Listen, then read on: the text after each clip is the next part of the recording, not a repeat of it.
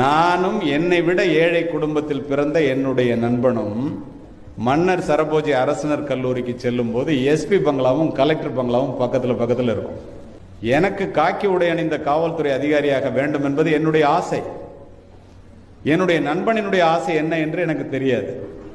தினம் 2 பேரும் நின்று சிவப்பு விளக்கு சுழல பெரிய மீசை வச்சுட்டு காக்கி யூனிஃபார்ம் போட்டுட்டு திரு வால்டர் தேவாரம் அவர்கள் தஞ்சை மாவட்டத்தினுடைய எஸ்பியா இருக்கும்போது வெளியில போகுது பார்த்துட்டு தான் காலேஜுக்கே போகும்.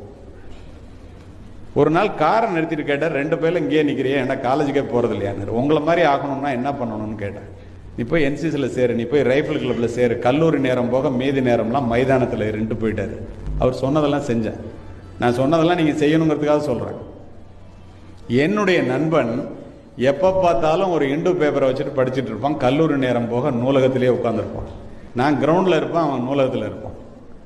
சர்வீஸ் கமிஷன் எக்ஸாம் வந்துச்சு, காவல்துறை அதிகாரிக்கான தேர்வு போனால் எனக்கு கிடைச்சிருச்சு, அவனுக்கு கிடைக்கல. பதவி ஏற்று முடித்து விட்டு மரியாதை நிமித்தமாக மாவட்ட ஆட்சித்தலைவரை பார்ப்பதற்காக கலெக்டர் அலுவலகத்திற்கு சென்றேன். நண்பர்களே, நூலகத்திலே அதிக நேரம் படித்த என்னுடைய நண்பன் மாவட்ட ஆட்சித்தலைவராக என்னை வரவேற்றார்.